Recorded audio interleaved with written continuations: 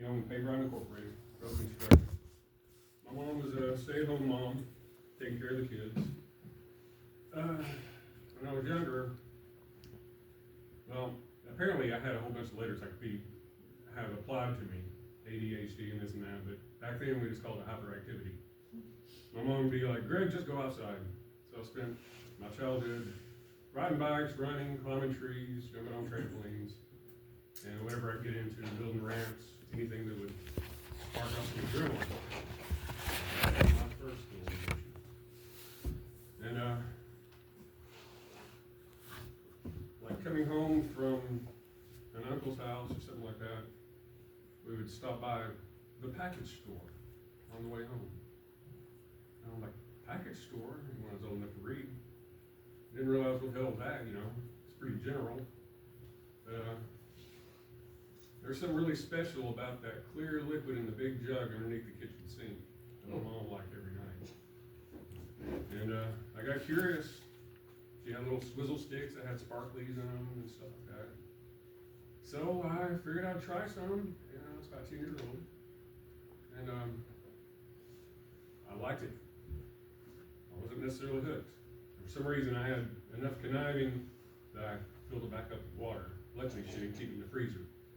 But, and I do remember, I don't know how many roller coasters of emotion I'm going to hit here, but some nights she'd always kiss us goodnight, things like that. And she would never drink before 5. And sometimes I didn't know she knew who I was when she'd kiss me goodnight, because she'd just be someplace. And so anyway, had what seemed to be a relatively functional family. 4-bedroom house. I have two older sisters. Lori, who's 8 years older, Kelly was 4 years. And 4-bedroom house, 2.5 baths, and blah blah. Brady Bunch, this and that. And when I was 16, my dad, he had appendicitis and then a ruptured appendix, and he was diagnosed with abdominal cancer. And that was pretty rough. My mom had to start working. And in bookkeeping, we moved to a duplex in a little town, Halls, Tennessee. And my buddies and I would get some beer, stuff like that, experiment. And I kind of liked it, but I still wasn't really hooked into it. They'd come out and say, hey, Greg, we're going out drinking. You want to I'd be like, no. And then it eventually did hit me. I was 16 and 17, my sister Kelly, they just turned 21, and the drinking age had gone from 18 to 19. Thought, okay, I can wait that long. And when I went to 21, I said, screw it. And so I decided to take a Polaroid of her driver's license, and it didn't work, it was too blurry. I was thinking, well, it takes pictures of big things, makes them small and clear. So I sat there on the couch, I looked at the wall, and I pictured a great big Tennessee driver's license. Light bulb went off. I went down to Kmart, got some poster board, construction paper stencils. They made a 3-foot by 2-foot Tennessee driver's license. Put a background on it and took a picture. And I could get alcohol anytime I wanted. Which made me really popular at parties, but it didn't help the demise. I was really a hardcore runner until I started all that stuff. Running at least 5 miles a day, probably 1,500 miles a year. Hooked on endorphins. And just the runner's high, as they say. I found out that drinking and eventually using drugs was a hell of a lot easier than running 5 miles. And so then the late 80s came. We moved again, and I got arrested in school for car theft 4 days after my 18th birthday in 1990. And a little later on, May 18th, 1990, 8 days before my high school graduation, my dad took his last breath. He died at home at a hospice, and he was in the bed. The death rattle. If anybody's heard that, it's pretty unpleasant. And I kissed him on the forehead, told him I loved him. I walked out of the room and heard my mom say, "Good God, Greg, no!" Came running back in, and my uncle, his brother, said 11:32. I was telling the time. I realized the death rattle. raised up. I'm like, oh no, he's not. And then he went back down and I realized that was it. I tried to close his eyes. They came back open. And so during that whole time when he was sick and everything, I mean, I shaved his face, wiped his butt, and say fuck up as much as I could. I wasn't there like I should have been. Anyhow, that went on, and then I really got into weed and everything like that. In 1991, I even grew. 1992, my son was born, Noah, my one and only begotten son. And I worked warehouse jobs and everything, this and that. I was a mop boy in Marshall Transmission to start off with, just pushing the mop all day. And I worked there and then worked tobacco afterward, good old Tennessee thing. And my drinking got heavier and heavier, and I was working at, let's go ahead, and my wife and I, a lot of alcohol, a lot of weed, cocaine here and there. And around 1998, I guess, I was working at Grissom Heat and Air. And my buddy, with whom I worked a lot, played guitar with, partied, throwing darts and everything. And I was like, man, we're headed back to the shop. I said, Daniel, I think I'm an alcoholic, man. He said, Greg, you ain't no alcoholic. You got a job, you got a wife, you got a kid, you got a car in the house. Alcoholics don't work, they're under the bridge downtown. Well, okay, maybe he's right. Yeah, fast forward. Anyway, so I was still kind of concerned. Went to my first AA meeting in 98. My wife went to Al-Anon. Noah went to Alateen. He was 7 years old, well, 6 years old. And,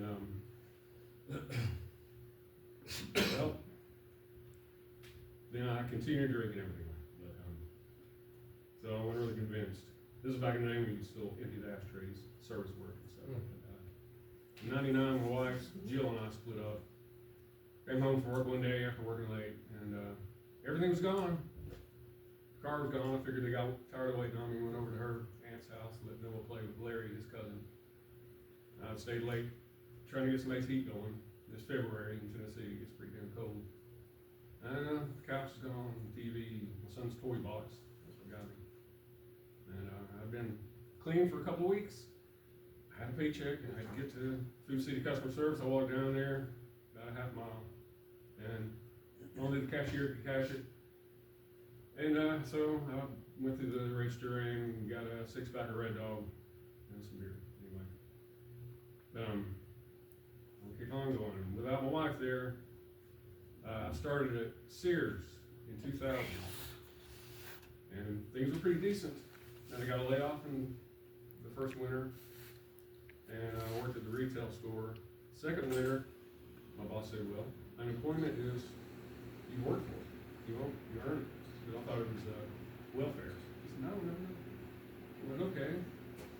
And my buddy Rick was big into crack. And it became easy. I didn't have to risk my life in the ghetto every single time. And so that just exploded. And I didn't even think the Sears van, 2 o'clock in the morning, when I didn't need to go in the ghetto. I looked like, we just run a service call. So it was a pretty good cover there, I guess. But 2002, I've done it before, but this particular one, went to a customer's house, work on their AC. And, I told them they needed to pay me. They said, we're going to put it on the Sears card. I'm like, well, they have it. And this and that. She said, let me check with my husband.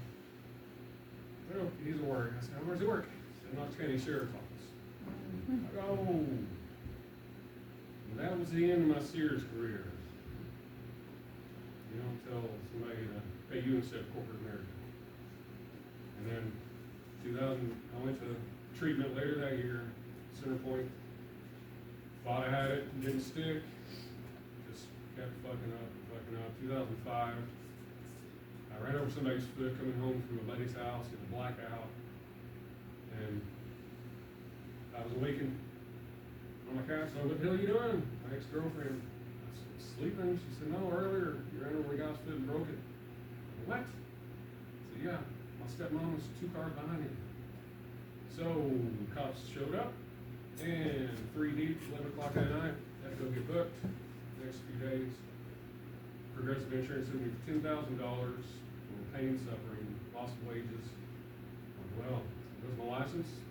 2007, driving on revoked and DUI. Shit. And all through that. 2008, okay. My lights are out. I've been stealing power. They caught me. I got a tampering charge. They rolled up my wires, strapped them up to the pole. No more stealing. My mom's been bringing me some groceries and stuff, keep them on the ice and cooler on the front porch.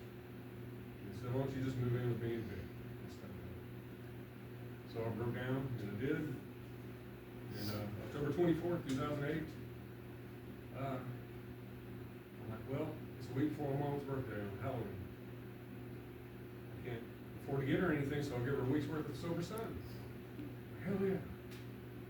And I didn't know what the hell to do with myself. I was willing to take a pair of scissors to go cut the grass, blade by blade. I did make it that week, and it went so well, I said to myself, no, I bet I could go a year. And I did, by golly. The following spring, partnered up with a guy who's an electrician. Him with his electricity, and me with my HVAC experience. We opened up United Services and Associates. USA. Steve and I were United Services, the associates of sheetrockers and painters and other such. And it rolled around in November, close to Thanksgiving, 2009. And he said, Greg, we've been working together for months now, you ain't even had a beer after work with me. No, I haven't, have I? Probably should have told him why. I thought, oh, okay. So let's go to Rookies, sports bar and grill in West Knoxville. So football game was on. He's drinking draft beer, drinking fountain cokes. And I thought to myself, well, hell, I was just trying to go a year. That was in October. It's been a year and a month. I got this. Well, yeah, I'll take a few beers. Son of a bitch. We leave, and I'm right to the liquor store. Bottle of vodka. The company dissolves. A lot of drama in there. A fight at Foothills Mall. Spit in the face. Security. Blue lights. I don't know how in the hell I made it out of there. And 2010, my mom passed away on November 7th, exactly a week after her birthday. And I was sneaking out of the liquor store, drinking in the bathroom and everything while she's on her deathbed. And well, I left the house. Vic had family, my stepdad had family and stuff across the street. I lived with a girl I knew from school. She had ice maker trouble. That was the longest service call I ever been on. It lasted about 4 years. Couldn't get it together. And gosh, things I've done. I remember I was on a really bad crack run. I thought somebody called the cops on me. So I get up in the attic. I was able to fold the ladder and put it up there in the attic with me and put the cover back on. Isn't that funny? Yeah. I was just up there in hotter than hell attic and everything. Then I realized, after about an hour, that they probably weren't coming. I could not get the stupid attic cover back up. It took me forever. Thanks, Johnny. I had that plan, by the way. And let's see here. Well, I've been working side jobs and things like that. There's Archie Hill, who he owned a lot of rental places. I was working for him, doing all his plumbing and electrical and stuff. And he passed away. His wife decided to use her pill dealer as maintenance. So then my boss dies. She doesn't want me. I'm like, what the hell? And Social Security told me from arthritis. Sometimes I walk funny. I don't people don't think I'm tipsy or something, but I've got psoriatic arthritis. And I figured I'd probably be in a wheelchair in about 5 years. So God said, keep moving it. Move as long as you can. And anyway, been probably to 12 rehabs. Went to Lincoln Trails in Kentucky, a couple others in Tennessee, Turning Point in Georgia. And while I was in Georgia, I called my girlfriend, Jennifer. She said, by the way, I'm married. What? I've been gone for about 6 months. And so I had nothing holding me down. My son was grown. He's like, he's a grown man and everything. My mom's dead, parents are gone. And he says, where do you want to go after here? I'm like, well, I'm pretty good friends with Dave now, Captain Dave. He said he's got a fishing boat in Daytona. Well, Daytona. So I ended Daytona around 2016. In the woods, freaking just hopeless, destitute. One of my friends bought a bike just so I could cycle to Marchman, Stuart Marchman, which apparently Marchman after me. Got out of Spring Hill, went to Tampa, came back to St. Cloud in the tea house, transition house. Lived in the woods after that, lived on the streets, freaking Kissimmee, Longwood, and I've been to the point where, I remember this one time in particular, I couldn't walk. I was crawling to get to a buggy and walking in, and I had my card, and not able to put in the thing, and then the lady's like, she'd have to help me. She said, you need to go to the hospital. I said, I know, but right now, this is my medicine. Because I've had grand mal seizures before, and that is not good. So, I'm going to go ahead and fast forward to this recent detox. I had been in Crossroads, and I went to Steadfast in Longwood. Everything's going pretty well. I'm approaching 9 months, and I was reaching in my backpack for a lighter. I thought I found one, like a little square one, but it was a little CBD, Delta 8, I guess. It made it through detox and everything. I thought, well, it won't hurt a thing. No, it did. So I left there, went in the woods in Longwood, and somebody from the Message of Hope, I'd helped him do some pressure washing. He saw me stumbling in the parking lot or something like that. He said, Greg, man, you want to go to detox? I'm like, yeah, if we can get a couple beers on the way. Oh yeah. In that stint, I had tried heroin twice, snorting it. I woke up in the hospital. I'm trying not to get too far off track, but I do remember getting to Aspire Detox, but that's about it. They said that I ran out into the parking lot and they couldn't keep me still. The only thing I know is when I came to, I was in scrubs. What the hell's going on here? I had to use a wheelchair, couldn't freaking walk, so malnourished, withdrawn so bad. So apparently I went into Aspire Detox July 17th, that's what it says on the paper, of last year. But I can't consider that a clean day, so I'm going to the 18th, maybe to the 20th. I don't know when the hell I came out of the blackout. And realized that, damn, something's got to change. And so my counselor called up Marvin and them at MBS and started going to the NA meetings. And I had always kind of fought against the idea that addiction was disease. I thought it was a spiritual malady. It's just lack of willpower and this and that. But a disease is something that causes problems, it's progressive, and without treatment, it's very debilitating. And I do like this.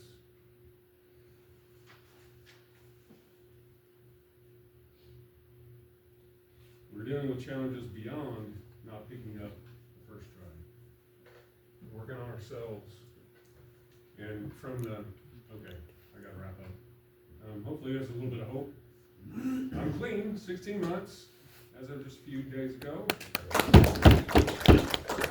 had 16 years, I guess. Yep. And I figured I was just gonna die drunk, and I've had some damage. I was just gonna die drunk in the woods. Don't worry about the damn driver's license, everything like that. $10,000. No way I can do it. But once I started getting clean, my head started clearing, and I see people like accomplishing shit. I'm like, well, hell, might as well try. so after 18 years of a not valid driver's license, I have a valid Florida driver's license, did what it took, had some hope there, because I knew that there was a higher power. Something's got to be bigger than me. And something breathes life into that little seed of grass. Little grass seed. We can give it soil, water, sunlight, something we have nothing to do with. Something sparks off that life. And lost dreams awaken, new possibilities arise. So I'm just happy to be here. Hopefully it didn't ramble too much. Thanks for sharing.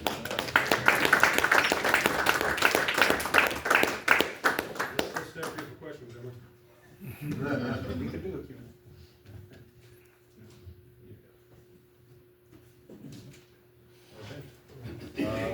Thank you again, Greg, for speaking. Our seventh tradition states that every ag group must be fully self-supporting, finding outside contributions. Money we collect pays for rent, go to church, any money left over is used to support our primary purpose to carry the message to the ag efforts. Does anyone have any announcements for the good of NA or the group as a whole? Hi, Jim. Hey, Jim. I went to a meeting the first time, it's been around since January. Seen it on the meeting list, maybe you guys have too. It's five young addicts, 4 young addicts. Quotes from one of the IPs. At the Redeemer Lutheran Church on Aloma on Friday nights at 7. A lot of relatively young people. So, somebody who's looking for somebody their age, just in that direction. There's also a new meeting Thursday night, We Recover. It's in Longwood, a church in Longwood too. So, I'm sure they all use your support. Thank you, Jim. Oh yeah, Turkey Day is the event in Longwood for Thanksgiving too. Y'all looking for a clean place to eat some food. Just for NA, activities area meets the first Tuesday of every month. They are looking for people to help with the subcommittee. We have flyers with the QR codes up here. We have several things for the Unity Convention. The registered $20 is this one. They are having their own subcommittee the last Thursday of the month. And they are also looking for both Spanish and English speakers.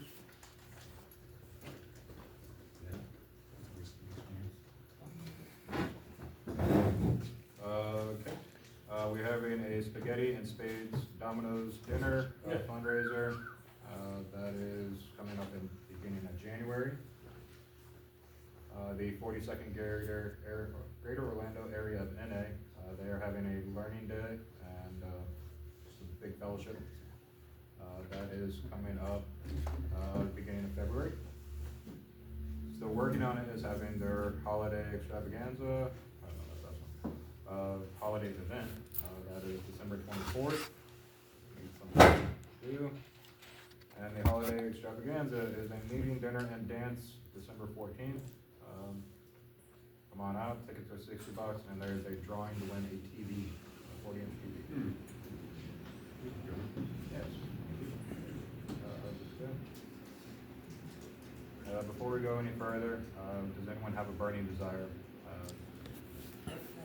A burning desire has been described as wanting to use. If so, burn it here and do not leave it. Or do not take it with you.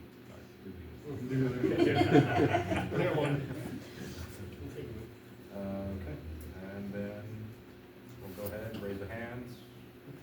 We'll get 3 minutes with 1 minute wrap up. My name is Lazaro. I'm an addict. Just want to let everybody know that I'm breaking my imaginary vow of silence. But my man, Greg, I would like to say that I can call Greg one of my best friends. And I don't have too many best friends. What I do want to say is that when I came into the rooms, they said, don't use no matter what, go to meetings, get a sponsor, work the steps, read the literature, pray and keep coming back. Since you're my best friend, I see you doing that on a daily basis. And for me, what I see is an NA member in good standing. And I'm very proud that you're one of my friends. Thank you so much. Thanks, Wes.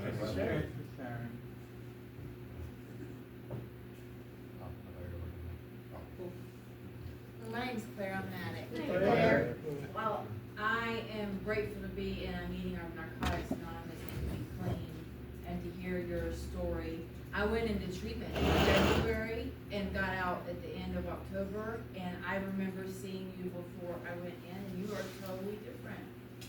You make eye contact, you know, you have really opened up, and I mean, I would definitely contribute that to Narcotics Anonymous, so thank you for sharing your story and for being a member. It's nice to see, you know, people change. There's a few people that I have seen since I've been out, and just you can just see the change, and you're one of them. So, good job. Hi, I'm Beth Grape, recovering addict. Beth. Thank you for sharing your story. I remember you too when I first came into the rooms on this side of town. So I used to go on the west side. And yeah, your story follows mine, but I grew up in Philly. But there's a lot of similarities.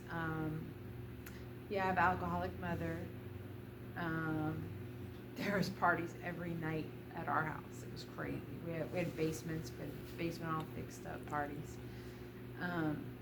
I was given a lot of drugs so I could sleep while the parties went on.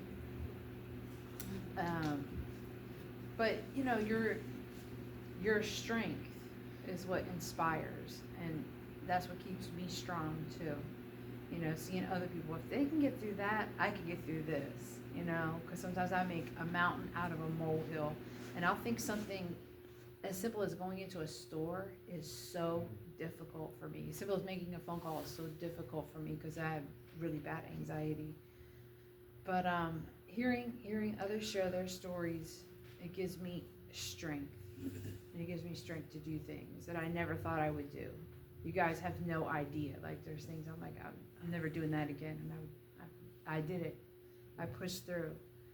So, thank you for sharing your story. Thanks for sharing. Eddie? My name's Andy, I'm an addict. Thank you, Doug, for sharing your story because, oh, well, don't worry, I'm on. He's been calling me Doug for a year. Yeah, Frank. Hey, George. Anyway, Keep coming back. I will. God willing. Since I've known you, there's a spirituality about your recovery that I really like. And it means a lot to me. When you shared about your parents, yeah, I had to deal with that too. It definitely wasn't pleasant.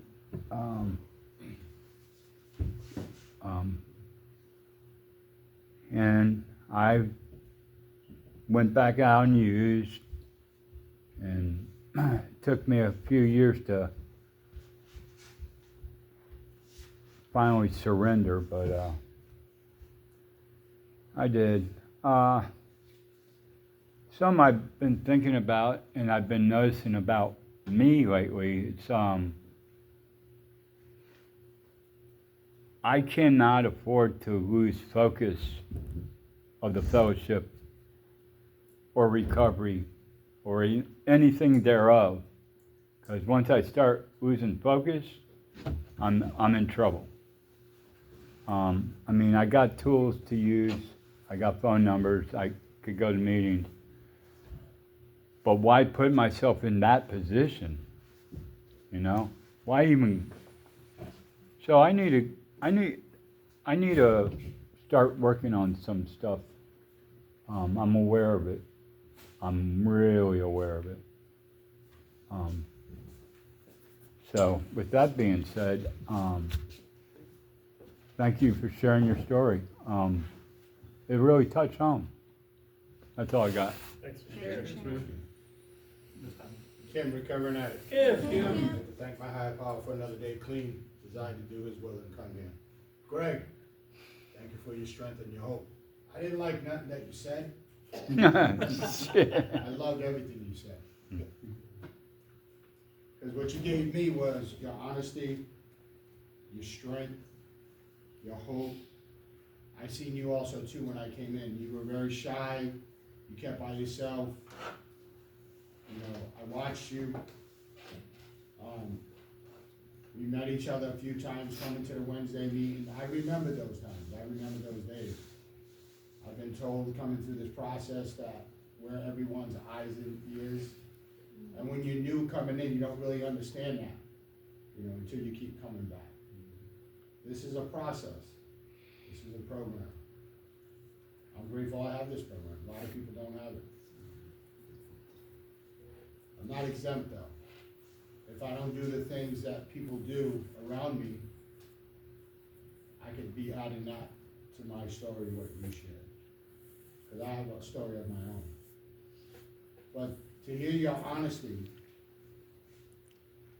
to get over your fears in your way, and have that courage to share with us and tell us your deepest things that you went through. If that's not growth, then this program's a lie. That's right. But this program's not a lie. Because in my book, my higher power developed this program. That's my opinion. We didn't have nothing else to use out there, and this is proof that this program works.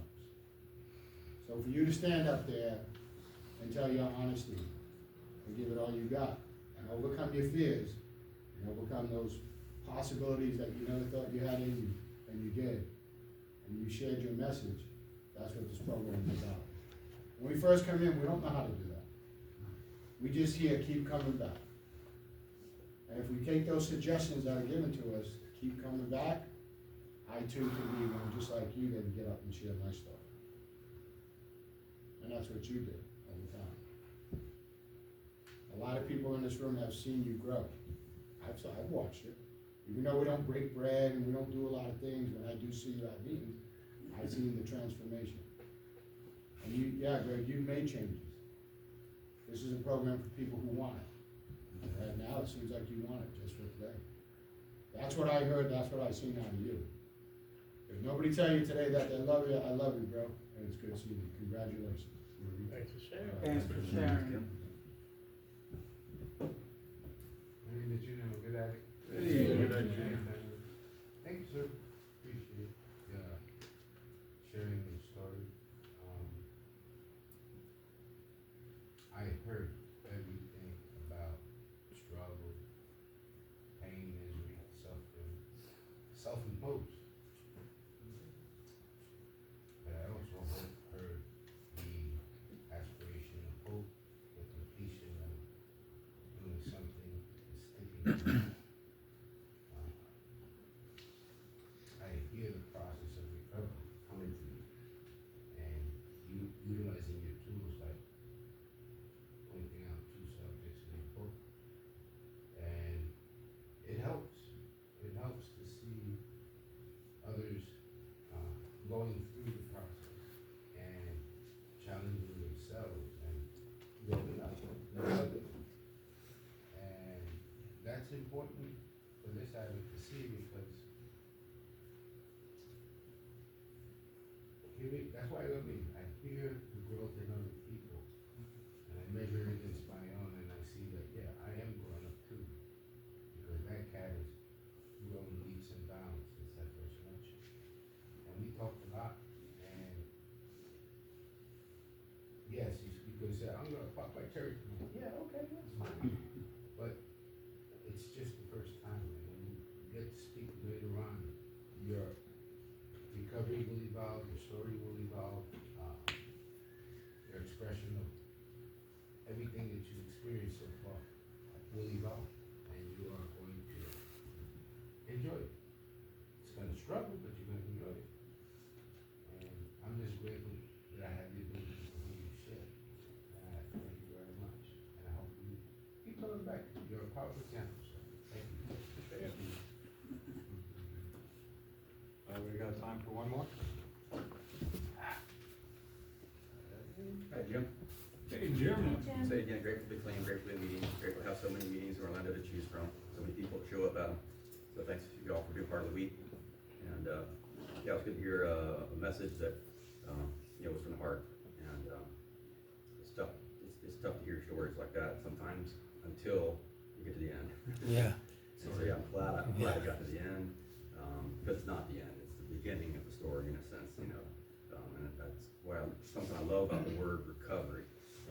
It's not finite, you know, recovery, it's like recovering, it's this ongoing thing. So yeah, it's great to see people recovering. And, so yeah, thank you for sharing all that stuff for us.